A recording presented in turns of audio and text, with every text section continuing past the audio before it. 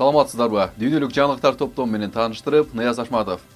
Ирандын баш калаасы Тегерандын чет жакасында бир катар жарылуулар болду. Ирандагы катуу жарылуулардан кийин Тегерандын четиндеги бир райондо электр энергиясы өчүрүлдү. Парандада турак жай имараттарынын терезелери талкаланып, кеминде 7 жерде өрт чыкканы кабарланды. Энергетикалык инфраструктурага кол салуу болду. Буга чейин Байылд гезити АКШ чалгын кызматынын Муртага агентине шилтеме берип, АКШ аскердик сокуруу чечимин кабыл алганы жана жакынкы күндөрү Иранга кол салышы мүмкүн экенин жазган. Financial Times басылмасынын маалыматына ылайык, Иран менен Орусия 500 миллион евро суммасында курал жеткирүү боюнча жашыруун келишим түзгөн. Документтерге ылайык, Москва Тегеранга 3 жыл ичинде 500 дана Верба зениттик ракеталык комплекстерин жана 2,5 миң ракета жеткирүүгө тийиш. Келишим 2025 жылдын декабрында Москвада кол коюлган. Тегеран бул куралды расмий түрдө 2025 жылдын июлунда сураган. Белгилей кетсек, 2025 жылдын июнь айында АКШ Ирандын өзөктүк объектилерине сокку урган. Февралда Вашингтон менен Тегеран өзөктүк программа боюнча сүйлөшүүлөрдү кайра баштаган. Дональд Трамп сүйлөшүүлөр жыйынтыксыз аяктаса, Иранга аскерий чара көрүлүшү мүмкүн экенин эскерткен. Мексикада эң ири кылмыштуу топтун лидери Эль Менчо өлтүрүлдү. Операцияга мексикалык жана америкалык күчтөр катышкан деп болжолдонууда. Андан кийин бир нече штаттарда унааларды өрттөө жана жолдорду тосуу фактылары катталды. Эль Менчо Мексикада жана АКШда издөөдө жүргөн качкындардын бири болгон.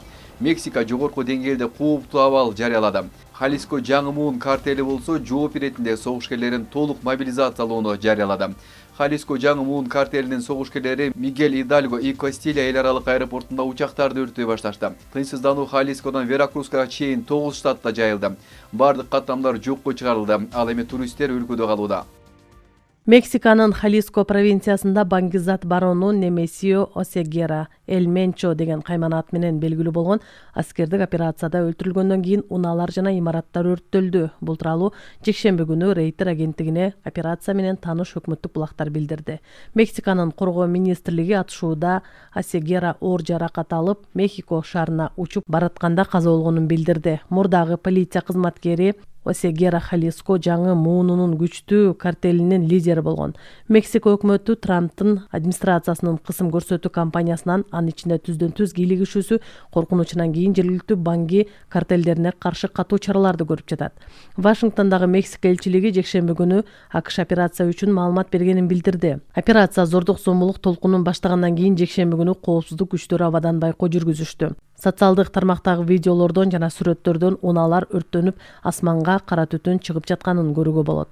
Мексиканын маалымат каражаттары өлкө боюнча 6-дан ашык штатта унааларды өрттөп, куралчан адамдар жолдорду тосуп жатышканын билдиришти. Пуэрто Вальярта шаарындагы операцияларын убактылуу токтотконун билдирди. United Airlines жана American Airlines дагы аймактагы каттамдарды жокко чыгарып жатышканын билдиришти. Мексиканын расмий өкүлдөрү кырдаал көзөмөлгө алынганга чейин элди үйдө калууга чакырды. АКШнын бажы кызматы Трамп импортко киргизген бажы төлөмдөрүн алууну токтотот. Чечим 24 февралда күчүнө кирет деп билдирет Reuters. 20 февралда АКШнын жогорку соту президент Дональд Трамптын ыйгарым укуктары жетишсиз жана ал көпчүлүк өлкөлөргө соода тарифтерин киргизүүдө мыйзамды бузган деп чечим чыгарды. Соттун чечимине карабастан бажы кызматы бир нече күн бою бажы төлөмдөрүн алууну улантты. Импорттоочулар бул убакыттын ичинде өз каражатын кайтарып алабы же жокпу айтылган жок. Трамп соттун чечимине көңүлү калганын айтты. Ал бардык импортко 10% бажы төлөмдөрүн киргизүүгө убада берди. АКШда бир киши Трамптын резиденциясына кирүүгө аракет кылып жатып аты өлтүрүлдү.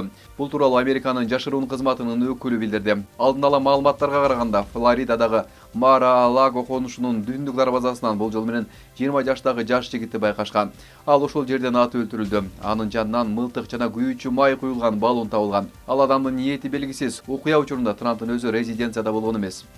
Пакистандын аба күчтөрү Ууганстандагы буталарга бир катар соккуларды жасады. Пакистандын күчтөрү Ууганстан менен чек арада 7 террористтик лагерге сокку урушту. Ага жооп кылып Пакистандын аба күчтөрү Исламабад, Ооганстан менен чек арада жайгашкан террористтик лагерлер деп эсептеген позицияларды бомбалады. Ошол эле учурда Толо Ньюс булактары Ооганстанда жайгашкан Пактика провинциясынын Бармал районуна да сокку урулганын билдиришти. Терроризмге байланыштуу чабуулдар негизинен Ооганстан менен чектеш Хайбер Пахтунхва жана Белужистан сыяктуу провинцияларда болуп жатат.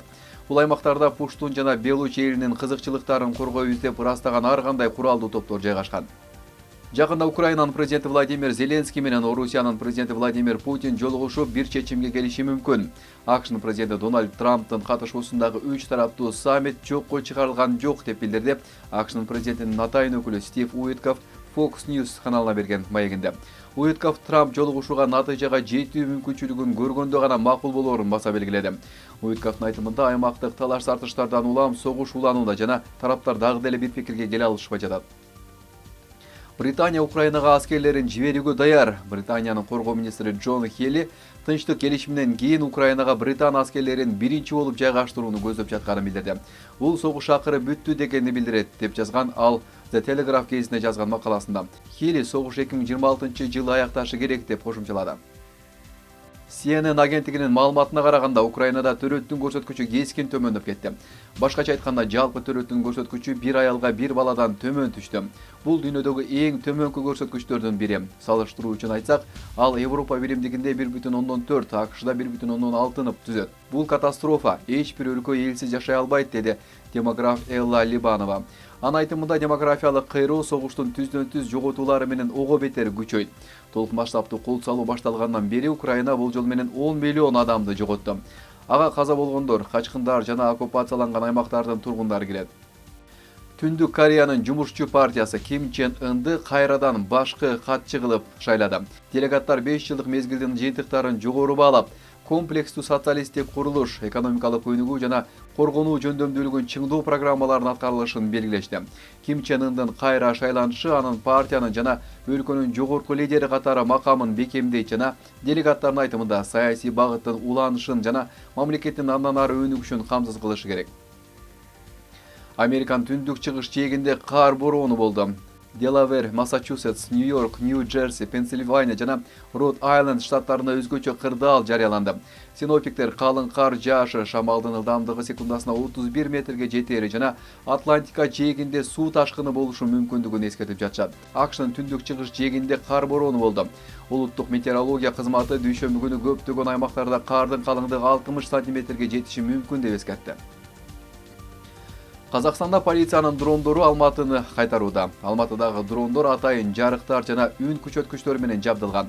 Бул түзүлүштөр шаар боюнча жөө жүргүнчүлөр өтүүчү жерлерди, короолорду жана эл көп жүргөн жерлерди көзөмөлдөйт. Эгерде адам таштандыларды туура эмес жерге таштаса, коомдук жайга түкүрсө, майда бейбаштык кылса же ээн баштык кылса, дрон аларга эскертүү берип, андай кылбоону эскертет.